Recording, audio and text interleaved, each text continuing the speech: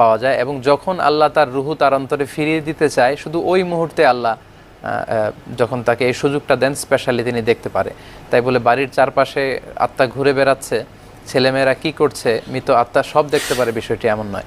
এবং বিষ্ণু ঈসা ইসলামের ক্ষেত্রেও বিষ্ণু ঈসা ইসলাম ওনার কবরে এখন শুয়ে আছেন, তাই বলে আমরা কোথায় কি করছি বিষ্ণু ঈসা ইসলাম যে ওখানে বসে সব দেখছেন, বিষয়টা এমন না। ঠিক শুধুমাত্র যখন মাত্র বিষ্ণু ঈসা ইসলামের রুহুটাকে আল্লাহ ফিরিয়ে দেন, তখনই বিষ্ণু ঈসা ইসলাম ওই বিষয়টা জানতে পারেন। মালাইকাতু সাইয়াহিন আছে, কিছু ফেরেশতা আছে যারা সবসময় ঘুরে বেড়ায় যে তার উম্মতেরা, বিষ্ণু ঈসা ইসলামের উম্মতেরা আমরা কখন বিষ্ণু ঈসা ইসলামকে সালাম পাঠাই। তো এই দুরুদ এবং সালাম যখন আমরা বিষ্ণুনবীর উপর পড়ি, তারা আমার এবং আমাদের পিতার নাম সহ বিষ্ণু ঈসা ইসলামের কাছে সেটা পৌঁছান, এবং বিষ্ণু ঈসা ইসলাম বলেন ফাইয়ারুদ্দু রুহি, আল্লাহ তখন আমার রুহটা ফিরিয়ে দেয়, এবং ঠিক তখনই আমি জানতে পারি যে কে আমাকে সালাম পাঠালো।